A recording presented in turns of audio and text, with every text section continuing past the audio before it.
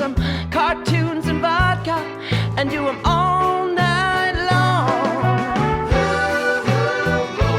Are you ready for some fun? Drink 'em down, drink 'em down, drink 'em down.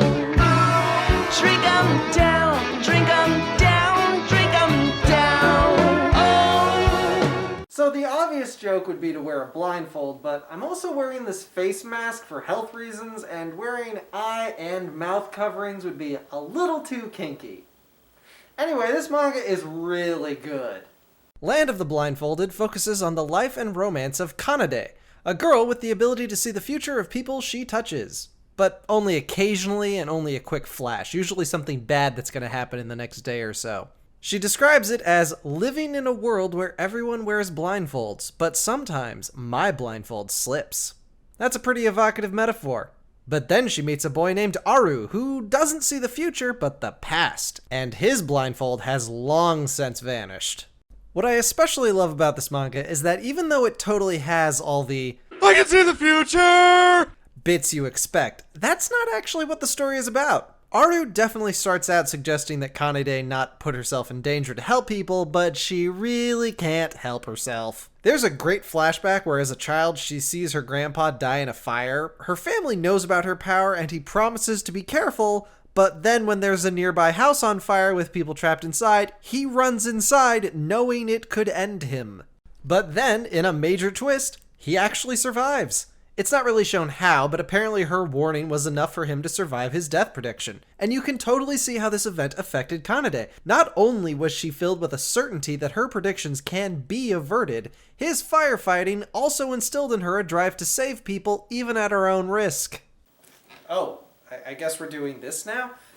Well, even though Land of the Blindfolded does use its future sight powers in some interesting ways, it's really more of a romantic comedy. In fact, it's almost a reverse harem. Kanade and Aru pretty quickly grow close and start dating, but they also encounter a boy named Masahiro. He also has future sight powers, but more controllable than Kanade. He kinda takes over the role of being the negative Nancy when it comes to helping people. But he and Aru are both very tall, very hot bishi boys, and they are very protective of Kanade. I'm not trying to make light of this. The manga has a really light, friendly pace to it with some emotional turmoil for the chapter, bit of future sight shenanigans, and typically a happy ending. It's not a free or Monster Musume fan service fest, but it's undeniable that the two hot lads are very protective of the protag in a very hot alpha way. And honestly, these boys are pretty great. Aru has an easygoing geniality to him. His ability to read the past of objects also makes him really good at finding crying Kanades. He also restarts the gardening club basically by himself because of a rather touching vision he had of someone swearing to make a grand garden. That kind of becomes his thing, and his sweaty back is a regular sight. Masahiro is a bit meaner, having long since decided his powers suck and not using them for other people. He has a deal going with a local stock trader where he'll check what's going to go up next week in exchange for an apartment. But he's also clearly the kind of cynical bad boy who was just waiting for someone to give him a reason to have hope again, which is why he is so attached to Kanade. And like any good bad boy with a heart of gold, he's got a cute puppy. And lord is this puppy cute. I'm not even a dog person, but this puppy almost steals the show with its antics. But yeah, most of this manga is light romantic high school antics. And even the future sight stuff can be really low stakes. They use the "if I'm injured, I won't be able to win the tournament" thing more than once. And that low stakes energy is what I really like about it. I don't have fond memories of high school, but it's nice to see fun people go through the process of finding themselves. And not in a "I'm a shitty person getting better" way. No, in a positive to positive development track. What the hell is this? You know what? I'm pushing through. Land of the Blindfolded really nails the light breezy shojo thing, but it also adds an enticing layer of magical realism. Magical realism is when you take an otherwise realistic setting and blend in fantastical elements. And no, that doesn't apply to zombie stories. They inherently upend the normal status quo.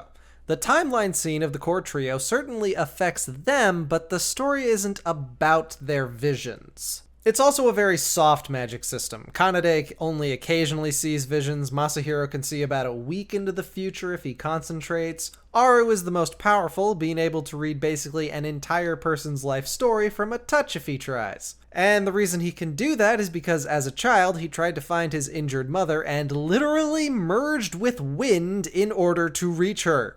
Ever since then, his blindfold has just been gone. So there's an implied connection between their powers and some wibbly-wobbly earth energy, but there's no real rules placed on it. While Kanade got through childhood mostly unscarred by her powers, Aru and Masahiro weren't so lucky. Masahiro's family are legit terrified of his powers, and while he does realize they do love him while being terrified of him, that's not really a comfort. Aru, on the other hand, fell into a very destructive spiral of never letting go of his mom's old possessions after she died, preferring to live in warm memories. I've actually covered some of this mangaka's work a while back. That Christmas manga where a girl discovers she's a Santa with a magical reindeer boy who has to obey her every command. Land of the Blindfolded is decidedly less horny than that manga, but the author's delicate touch with supernatural elements is unmistakable. Land of the Blindfolded is a bit old and the art isn't great, but it's got real heart, and if you're a fan of shojo, it's an easy recommend.